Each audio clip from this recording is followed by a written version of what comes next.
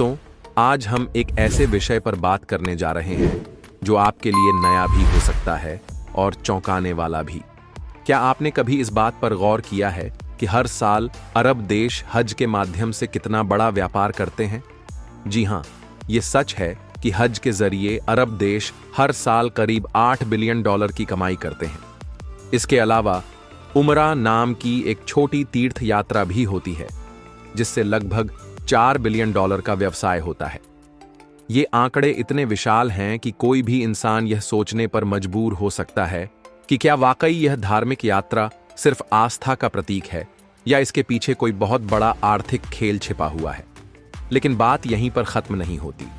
क्या आप जानते हैं कि आज से लगभग 1400 साल पहले काबा नामक इस स्थान पर कुल 360 देवी देवताओं की पूजा हुआ करती थी? उस दौर में यह कोई अकेला पूजा स्थल नहीं था, बल्कि ऐसे कई काबा मौजूद थे और इनका उल्लेख खुद इस्लाम की हदीसों में भी मिलता है। अब एक और चौंकाने वाली बात यह है कि आज के दौर में हर साल लाखों लोग इस्लाम को अलविदा कह रहे हैं। ये लोग खुद को एक्स मुस्लिम कहते हैं और इस्लाम की कई परंपराओं को झूठा, भ्रामक और बेतुका करार देते हैं। तो सवाल यह है कि आखिर हज से जुड़ा वो काला सच क्या है जिसे दुनिया से छिपाया गया है? क्या वाकई जन्नत से अल्लाह ने इस मजहब के लिए कोई फरिश्ता भेजा था, या फिर यह धर्म अब सिर्फ निर्दोष लोगों के लिए एक हिंसक मंच बनकर रह गया है? और सबसे गंभीर सवाल, क्या इस्लाम में जानवरों के साथ संभोग को जायज ठहराया गया है? क्या यह सही है कि इस्लाम और इसकी तमाम परंपराएं असल में 1400 साल पुरानी अरब संस्कृति की नकल मात्र हैं? अगर आपके मन में भी इन सवालों के जवाब नहीं हैं, तो यकीन मानिए, यह लेख आपके लिए ही है। आज हम हज और काबा से जुड़े उन रहस्यों से पर्दा उठाएंगे जिन्हें अब तक दुनिया से छिपा कर रखा गया है और जिनके जरिए जन्नत के नाम पर इस्लाम को एक बड़ा आर्थिक धंधा बना दिया गया है। तो आइए इस सच्चाई की यात्रा पर चलते हैं। सबसे पहले यह जानना जरूरी है कि हज आखिर है क्या। दरअसल यह एक अरबी शब्द है जिसका मतलब होता है किसी खास स्थान की यात्रा करने का इरादा। इस्लाम में हज को 5 मुख्य स्तंभों में से एक माना गया है, जिन्हें फर्ज कहा जाता है। कलमा यानी ईमान की घोषणा, नमाज यानी प्रार्थना, रोजा यानी उपवास, ज़कात यानी दान और हज यानी तीर्थ यात्रा। इनमें से पहले 4 फर्ज मुसलमान अपने घर पर रहकर भी निभा सकते हैं, लेकिन हज के लिए उन्हें सऊदी अरब के मक्का शहर जाना पड़ता है, जहां काबा स्थित है, जिसे इस्लाम में सबसे पवित्र स्थल माना गया है। इस्लामी मान्यताओं के अनुसार हर मुसलमान पर यह फर्ज होता है कि वह अपने जीवन में कम से कम एक बार हज जरूर करे, बशर्ते कि वह शारीरिक और आर्थिक रूप से इसके लिए सक्षम हो।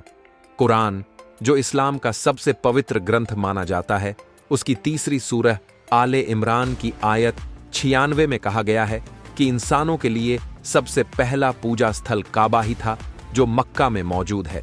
वहीं अगली आयत यानी 97 में यह आदेश दिया गया है कि जो लोग हज करने में समर्थ हों, उन्हें मक्का जाकर यह फर्ज पूरा करना चाहिए। हर साल दुनिया भर से लगभग 2 मिलियन लोग हज के लिए सऊदी अरब पहुंचते हैं, जिनमें 1 से 2 लाख लोग भारत से भी होते हैं। लेकिन क्या आपने कभी यह सोचा है कि वहां जाकर लोग क्या करते हैं? हज की यह यात्रा कितनी कठिनाइयों और चुनौतियों से भरी होती है? और काबा, जो कि एक काले कपड़े से ढका हुआ एक ढांचा है, उसके चारों ओर मुसलमान 7 चक्कर क्यों लगाते हैं? और इन तमाम रस्मों के बीच एक सवाल उठता है, आखिर लोग उस काले पत्थर को, जिसे हज्र-ए-अस्वद कहा जाता है, क्यों चूमते हैं? क्या वाकई इसे इब्राहिम जन्नत से लेकर आए थे, या फिर यह केवल आस्था के नाम पर लोगों को बहकाने का जरिया है? चलिए इन सवालों के जवाब तलाशते हैं। हर धार्मिक यात्रा की तरह हज की भी कई परंपराएं होती हैं। जब कोई मुसलमान मक्का पहुंचता है, तो सबसे पहले उसे एक खास तरह का वस्त्र धारण करना होता है, जिसे एहराम कहा जाता है। यह वस्त्र सफेद, सादा और बिना सिला होता है, जो हर हाजी को एक समान बना देता है। इसके बाद शुरू होता है काबा की परिक्रमा का सिलसिला, जिसे तवाफ कहा जाता है। हाजी काबा के चारों ओर 7 चक्कर लगाते हैं, फिर वे अराफात के मैदान में जाते हैं और पूरा दिन वहां इबादत में बिताते हैं। इसके पश्चात सफा और मरवा नाम की 2 पहाड़ियों के बीच 7 बार दौड़ना होता है। फिर आता है रमी का सिलसिला, जिसमें शैतान को पत्थर मारे जाते हैं। यह रस्म 3 अलग अलग जगहों पर निभाई जाती है। इसके बाद हाजियों को एक जानवर की कुर्बानी देनी होती है और फिर सिर के बाल मुंडवाकर यह यात्रा पूरी की जाती है। हज की एक और महत्वपूर्ण परंपरा है काबा में लगे काले पत्थर को चूमना। इसे हज्र-ए-असवद कहा जाता है और मुसलमान मानते हैं कि यह पत्थर जन्नत से आया है।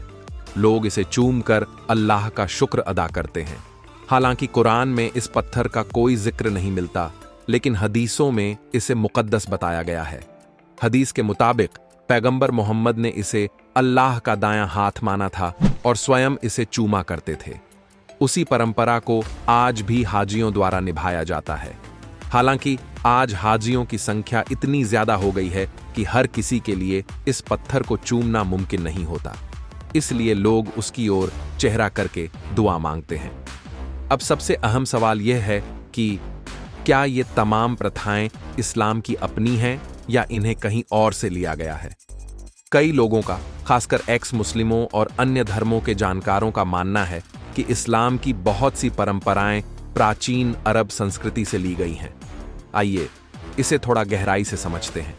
सबसे पहले बात करते हैं काबा की। इस्लाम के आने से पहले, यानी लगभग 1400 साल पहले, काबा में 360 देवी देवताओं की मूर्तियां रखी गई थीं। अरब के लोग उन मूर्तियों की पूजा करते थे और उनके चारों ओर चक्कर लगाया करते थे। जब पैगंबर मोहम्मद ने इस्लाम की नींव रखी तो उन्होंने उन मूर्तियों को हटवा दिया और काबा को एक नए रूप में स्थापित किया, लेकिन परिक्रमा की रस्म को उन्होंने बरकरार रखा। क्या यह महज इत्तेफाक है कि पहले मूर्तियों की परिक्रमा होती थी और अब काबा की? कुरान में दावा किया गया है कि काबा धरती का पहला इबादतगाह था और इसे इब्राहिम ने बनवाया था, मगर इतिहास में इब्राहिम को लेकर कोई ठोस पुरातात्विक प्रमाण नहीं मिलता। कुछ विद्वान तो यह भी कहते हैं कि इब्राहिम बाइबल की एक काल्पनिक पात्र भर है। असलियत में काबा को अरब के उन कबीलों ने बनाया था जो इस्लाम के आने से पहले वहां बसते थे। पैगंबर मोहम्मद के दादा इसकी देखरेख किया करते थे। 620 ईस्वी में जब मोहम्मद ने इस्लाम का प्रचार शुरू किया तो उन्हें अरब कबीलों के कड़े विरोध का सामना करना पड़ा। वे मक्का छोड़ मदीना चले गए और वहीं से इस्लाम का प्रचार करने लगे। 630 ईस्वी में वे दोबारा मक्का लौटे और वहां मौजूद 300 से ज्यादा मूर्तियों को नष्ट कर दिया। इसके बाद तलवार के बल पर उन्होंने इस्लाम को फैलाया।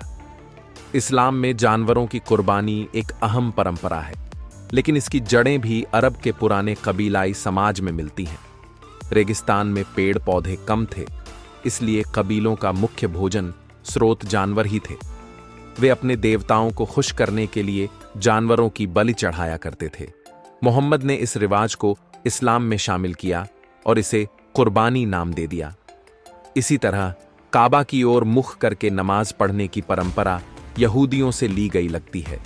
यहूदी भी अपनी इबादतगाह की दिशा में मुंह करके प्रार्थना किया करते थे।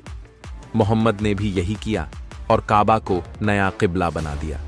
तो अब सवाल यह उठता है, क्या इस्लाम की ये परंपराएं वाकई विशुद्ध आस्था पर आधारित हैं या फिर कहीं न कहीं इनकी जड़ें पुरानी सभ्यताओं से ली गई हैं? आपका इस बारे में क्या विचार है? हमें जरूर बताएं।